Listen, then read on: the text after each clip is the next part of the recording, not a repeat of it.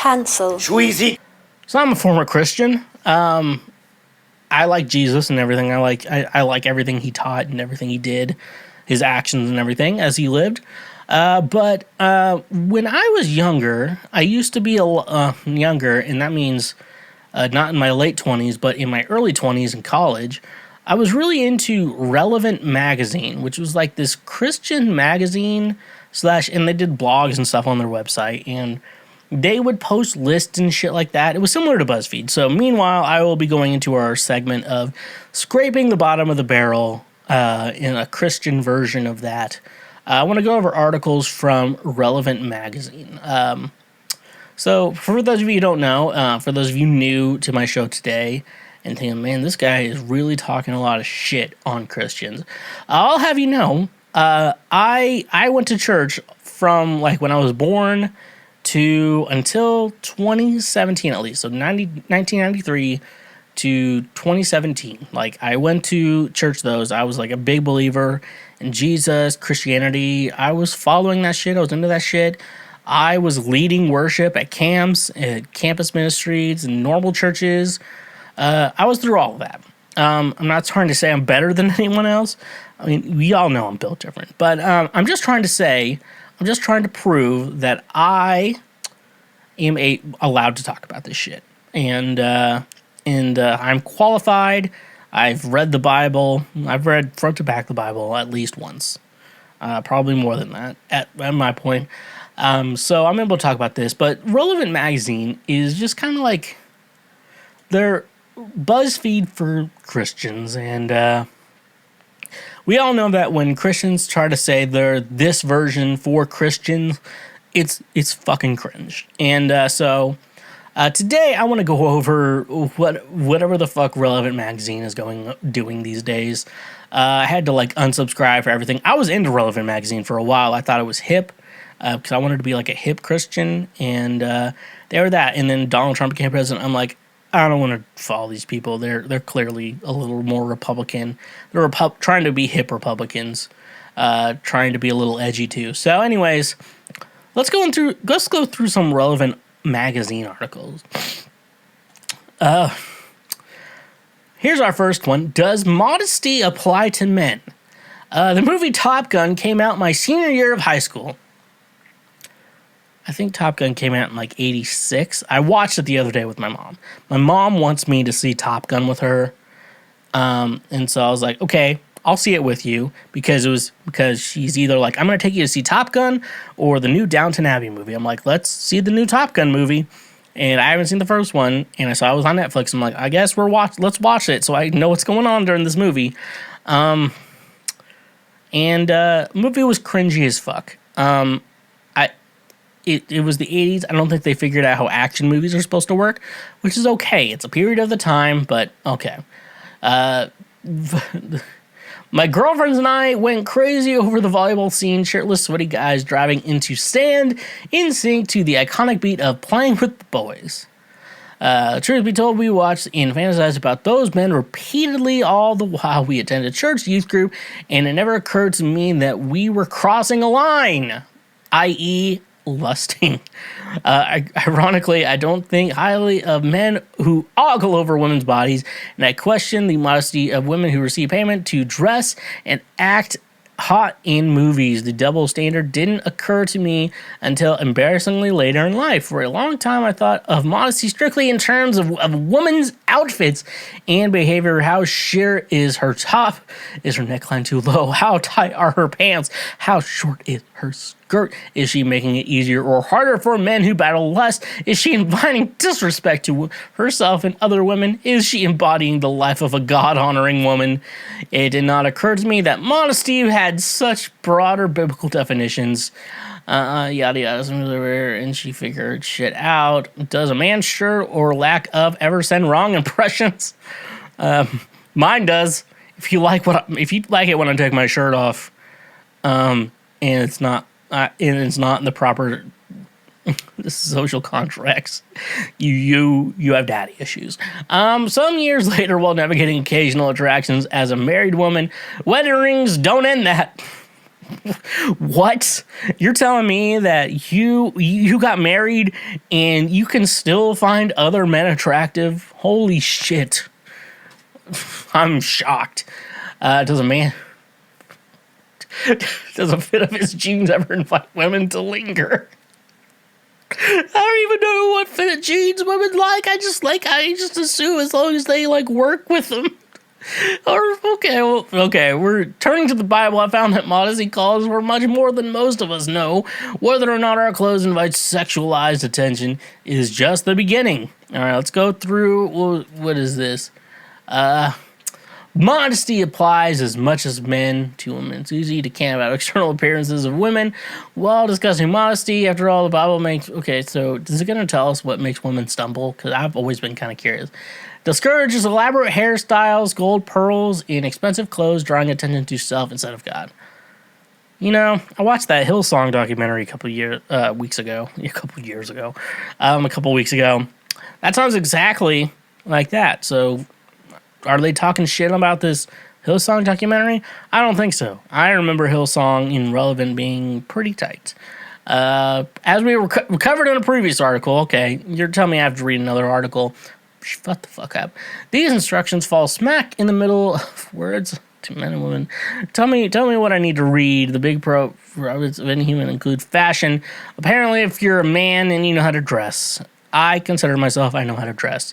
And by know how to dress is I will wear clothes I think are cool and are comfortable, and I've gotten compliments on. And so, fuck you, jeez. Fuck you, this person. We practice modesty when choosing God's way over the status quo. No. Stick to the stuff you know. You can't say status quo without me quoting High School Musical and the time I jumped off a table and nearly broke my back. I'm sorry, don't say status quo unless you're gonna make me laugh, okay? That's just 100% the truth. One time, I almost broke my back from jumping off a table, lip-syncing to status quo. And I was ashamed for a while. I'm not ashamed anymore. We track records of transgressing the limits. Okay, you quote the Bible. The Maelstrom, manhood swept into current changing of the world. Carolyn Curtis James reminds us that attention to the experience. I'm not... Okay. I delight greatly in my Lord. Okay, you're reading verses. Okay.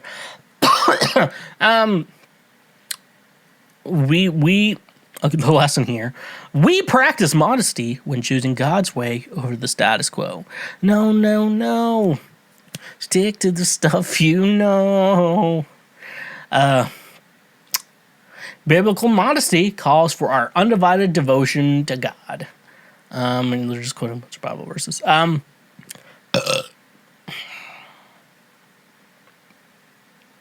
don't know. I don't know. I don't know what I had, like, just talking to women like a normal human being does. There's not a lot of things men wear that makes women stumble. Let's just be honest. Like, you just got to be ripped and hot, and that apparently makes women stumble. Like, apparently that shit. Modesty is to be clothed in the spirit of Jesus. Hey, Jesus, what shirt should I wear today? Should I wear my shirt that says Hentai and Hennessy? Or should I wear my Dare shirt as I walk into the liquor store, as I'm wearing right now? Modesty builds shalom, brings glory to God. Okay, in college we said shalom a lot, and I like that shit. And now you're going to ruin that shit for me and remind me of my good friend Josh, author of Track and Desire, A Journey After Swallowtail Kites. And you're just going to bring him up. Okay. Fuck you. And we're going to move on to the next one. 3 challenges you'll face in your 20s. There's one thing you've probably figured out by now. Life can be hard. Life can be hard. You might categorize your life as relatively pain-free. I'm not going to read the parentheses. Be sometimes in guilt of knowing we should be grateful. We struggle in the disparity between what we think we should feel and what we actually feel. And for many of us, life just feels hard. But what if some of the trials we face in everyday life, the ordinary crucible, are actually a place where we can grow? Here are 3 tests you should expect by 30 and the surprise benefits of each. I'm going to assume I don't think Relevant Magazine caters to the black community as much as the white. So these are, let's put this in, surprising benefits. Here are the 3 tests you should expect by 30 if you are white. And the surprising benefits of each. Urgent decisions. Let me skim through this. We face the crucible of urgent is when 2 things can come together and form something new, where God can replace your striving with his peace, where you can make the choice to repent of your worry and self-create plans and seek his kingdom first. We can't ignore the urgent decisions that have made. Okay, so it's like God's going to change it. Okay, so for white people, sorry for the black audience out there. This is for the white people only. This is white Christian bullshit. Sometimes your chaos leads to cool. Unclear outcomes. I don't want to read this. I'm not going to read unclear outcomes. Because I know reading this is going to be like, God has a plan for you. God's plan for you is to suffer your entire life, then you die. Unconventional choices.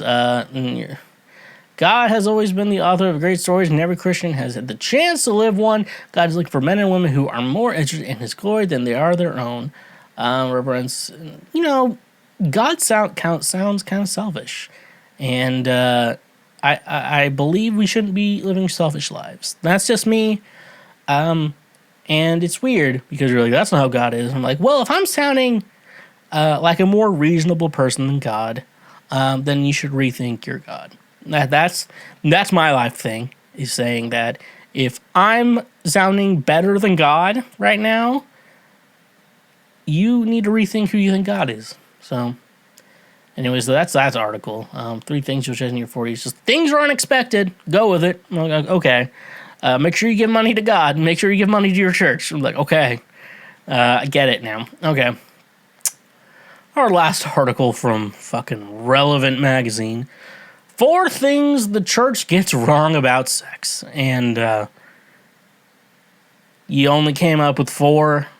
Really? There's only 4 of them you came up with? There's a lot more out there. I'm telling you, there's a lot more things. Because the church gets everything wrong about sex. And I'm not the one who said that. They get everything wrong. And you only thought of 4 and decided to write this goddamn fucking blog. Okay. Let's read this goddamn full thing. How many minutes does it say this takes to read? I think 5-minute read. Okay. There's a common misconception that Christians never talk about sex, but that wasn't the experience of many who grew up in the thick of evangelical purity culture, like I did. You're still doing evangelical purity culture. I'm telling you right now. Relevant Magazine, this is what you're still doing. Many churches talk about sex a lot. They just spend all that time talking about how and why not to have it. Teaching about abstinence in the sanctity of sex is certainly worthwhile and biblical. It's not biblical. Read your goddamn Bibles if you want to be biblical, but the way churches are going about it isn't working. According to a study by the National Campaign to Prevent Teen and Unplanned Pregnancies, 80% of evangelicals between the ages of 18 and 29 have had premarital sex. Of course they have, because it's unhealthy to wait till marriage to have sex. In a study of Christian Mingle and J-Date users, is J-Date the goddamn Jewish one that has been advertised to me? Whoever's like these Jewish advertisers, stop advertising to me, please. Over half of the respondents said they would consider moving in with someone after dating for a period between 6 months to 2 years. Yeah, that's an average time. I have a friend who's been dating a chick more than 6 months, for more than a year, and I was like, you guys aren't moved in together yet? Yeah, it makes sense to move in with someone. Make sure you're fucking compatible. Even those who waited until marriage to have sex may have picked up many misleading lessons from youth group sex talks. Yeah, we have. For me, many of those lessons started to unravel after I got married. As someone who waited to have sex until marriage, I was assured that if I just waited, I would be guaranteed an easy and rewarding sex life, when reality turned out to be different. I was disappointed and disillusioned only through gradual conversations with other married friends that I realized I wasn't alone. Here are 4 of the biggest lies about sex many of us have picked up from the church. Just 4. I waited until marriage before I had sex. I'm like, oh, good. You're a gold star Christian. We got the gold star goddamn Christians here. Any and all physical contact is like a gateway drug to, dude, I don't remember this fucking shit. Actually, I'm going to tell this story. I'm just going to read the titles of the next part and then just tell my stories. There was a guy, we were at camp, we had like, church camp. We had the guy talk and the girls were in another room having a girl talk. And he actually had a good thing. He was like, so when things get hot and heavy, not making the Seinfeld reference. I'm not making the Seinfeld reference. He said, just start praying with your partner and then you'll not be horny enough to have sex. And I'm like, to be honest, in a way, if you don't want to have sex and you want to stop being horny, 100% that is 100% effective. Because praying is 100% like, not, is like, that gets you away with it. Anyways, though, you're like, we can kiss someone. And then, like, I had friends in college who were like, we're not going to kiss each other till marriage. They broke up, and they never kissed each other, apparently. Maybe they kissed each other. That'd be really funny. They kept it a secret from us. I like them, though. Anyways, though, it's a gateway drug to sex. Physical contact is a gateway drug to sex. I don't know. I'm just in the mindset of just fucking have sex. It's not that big of a deal. And like, I know people who are like, if you have sex with a condom, you're still a virgin. Like, you didn't have real sex until you did it raw. I'm like, okay, I don't know how to deal with that. Next one. If you wait until you are married, God will reward you with mind-blowing sex and a magical wedding night. Not even reading this, I know it's true. It's the same. If two virgins have sex, it's not going to be good. It doesn't matter if you're 15, 17, 21, 25, 29, 30, 40, 50. It's going to be bad. Sex with two virgins is going to be bad. The only thing you can do is know what you like, let the other person know what you like, know what they like, and vice versa, yada, yada, yada. It's the only way you figure that out. I saw a chastity belt in this article. My mind and heart were there, but my body was locked up tighter than Maid Marian's chastity belt.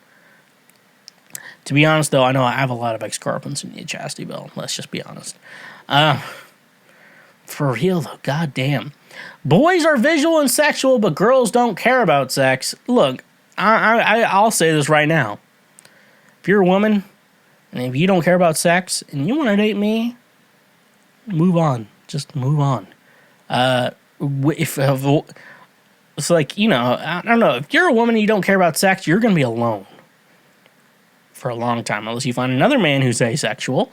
And then what you can do is hook up. And by asexual hookups, that means, what does asexual hookups mean? Gardening, I assume, because gardening is...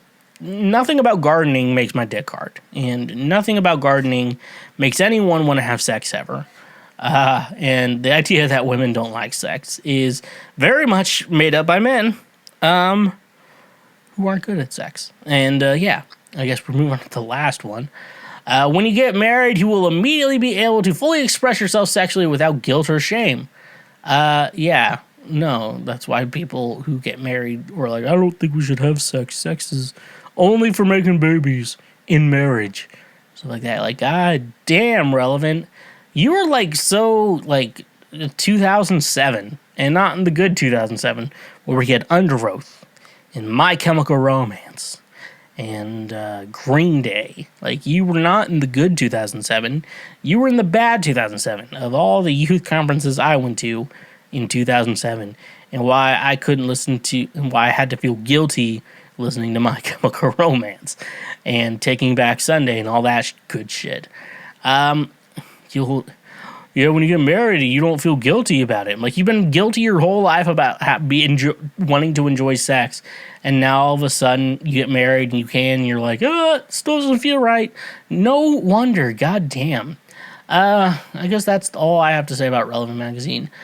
We may be talking more about Relevant Magazine Cringe, but I want you to know that Relevant Magazine is all Christian cringe. And so if you want to hear all Christian cringe, just come to me. I will be continuing to talk about it because I spent too much of my life in the Christian cringe, and I need a way out. And that's the way it is. Hey, you just finished one of the many, many highlights from Cancel Schweezy. We got plenty more on the channel, so make sure you hit that subscribe button, and if you like what you just watched, go ahead and smash that like button as well. Go subscribe for more so we can teach you how to be a better human in our world. So, yeah, stay awesome.